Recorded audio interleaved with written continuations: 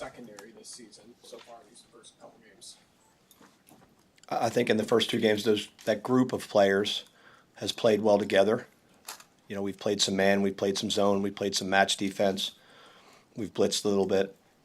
I think that, against Cincinnati, I thought they played very well. I thought they played very well this past weekend. You know, you saw Cincinnati this past weekend. I don't know what they threw for 65 against us, and then he went out and threw for 350 last weekend against whoever they played. And so obviously, I think that that's one of the strengths of our group. Individually, I think we've got players that can play man-to-man, and then we've got enough guys with multiple skill sets to play some of the other concepts we're playing. So far, so good. What does a shutout mean to you? Nothing, honestly. I didn't know until after the game. What was it, since 2009? Is that right? Mm-hmm. So that's pretty cool, right? I mean, that's a big. It doesn't mean nothing, but like we're trying to play to a standard, and I think that at times against Cincinnati we played to that standard, and at times we didn't. And against Akron, I think we played to that standard more, but we still have ways to go and ways to develop. And on defense, ultimately, your job is to prevent them from scoring. So 0 points is outstanding. I don't really ever care about yards, passing yards, rushing yards. I care about explosive yards. You know, giving up explosive plays leads to winning or losing a game. And obviously giving up points leads to winning or losing a game. So I think it's pretty cool that we had the shutout, but I didn't know until hours after the game. Somebody said it was since 2009. So I think that's a pretty cool thing. How would you evaluate the run defense? Did you see some improvements from week 1 to week 2 as far as what you want to see out of that group? I think it's a work in progress. I think it's a combination of how we play combined with the schemes that we're calling, combined with the execution of some of the run blitzes we're running, and also a little bit of it is like you go back to the Cincinnati game. 96 yards. It was quarterback run, quarterback scramble, really. So that just comes down to keeping guys in the pocket. And then last week, we gave up 6 10-yard runs, and no excuse for any of them. But one was a call I made right before the end of the half where I was playing cover 2, and they ran the ball, and we're just trying to get out of there. And the other one was the last play of the game where, so I think at the end of the game, we felt like overall our run defense got better. We put some things in to help us schematically. And really it's about our collective defense. I don't think anybody needs to get hung up on they're running it or they can't throw it.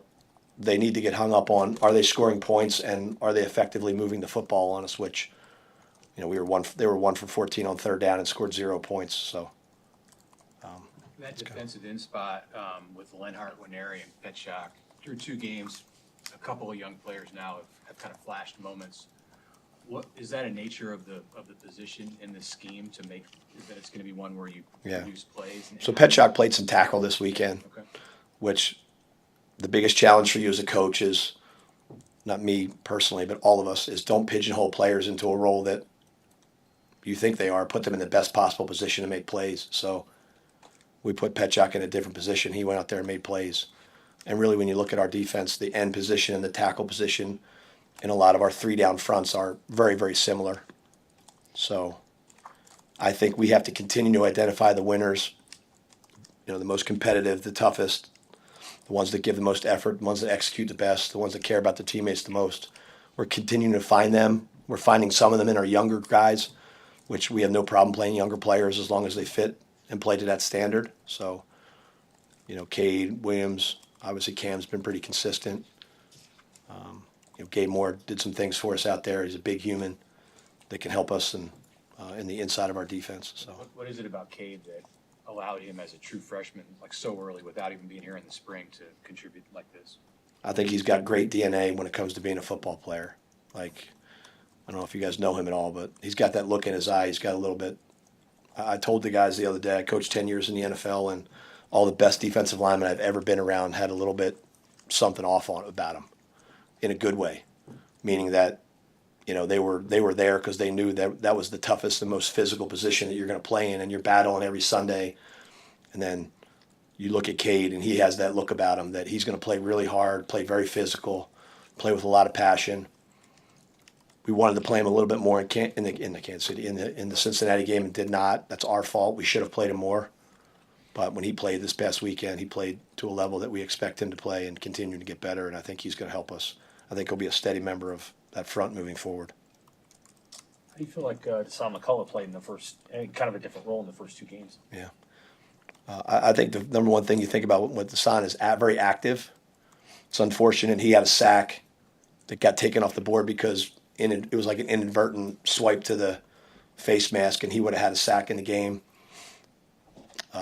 Had a batted ball in the first game. We move him around a lot. I think he's going to have to continue to embrace that role with us where he can rush in 4 down, he can drop, he can blitz in multiple areas. I've been happy with how hard he's been playing. He's a guy that consistently is running around and trying to make plays within the system. I'm happy with his production at this point, and I think that he's definitely, again, kind of in those lines with Petchak and Williams and, the guys that we have to kind of make sure we're putting in the right spots to impact the game on our defense as much as possible. It feels like he's got to be pretty smart to do all the things you guys are asking him to do because he's moving around a lot, even right before the snap. Mm-hmm. Smart and prepared, and he's experienced. He played at 2 other schools and played a lot of football, and I think that his execution level has been pretty good on point.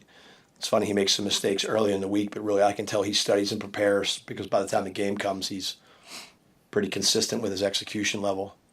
But I think every position in this defense, you have to have multiple. We're going to be in 3 down fronts, 4 down fronts, 5 down fronts.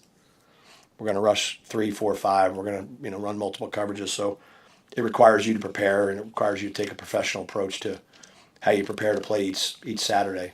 And we're trying to run an NFL defense, an NFL program, an NFL system, so that if they aspire to play at that level, that's not a jump when they get there. How vital has Buford been, not just his play, but his voice and holding people accountable? Matt mentioned he said some things Saturday that he's like. Yeah, experience is key. Keese has been here for a long time.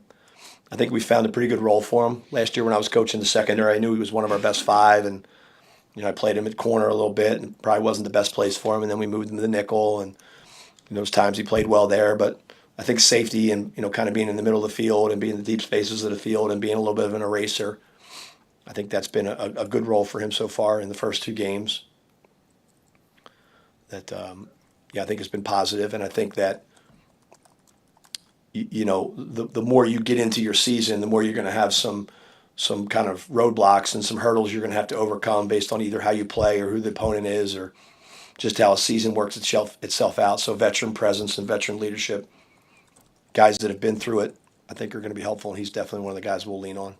What's the challenge with Houston Christian? Is their style of offense and what they'll present? Yeah, I think that they do a good job of running the ball. They're pretty consistent with how they're presenting their run game, and they have some RPOs off of it that I think are challenging because anytime you overcommit to the run game, you got the chance instead of throwing play action, people throw the RPOs over your head, and they've made some plays there.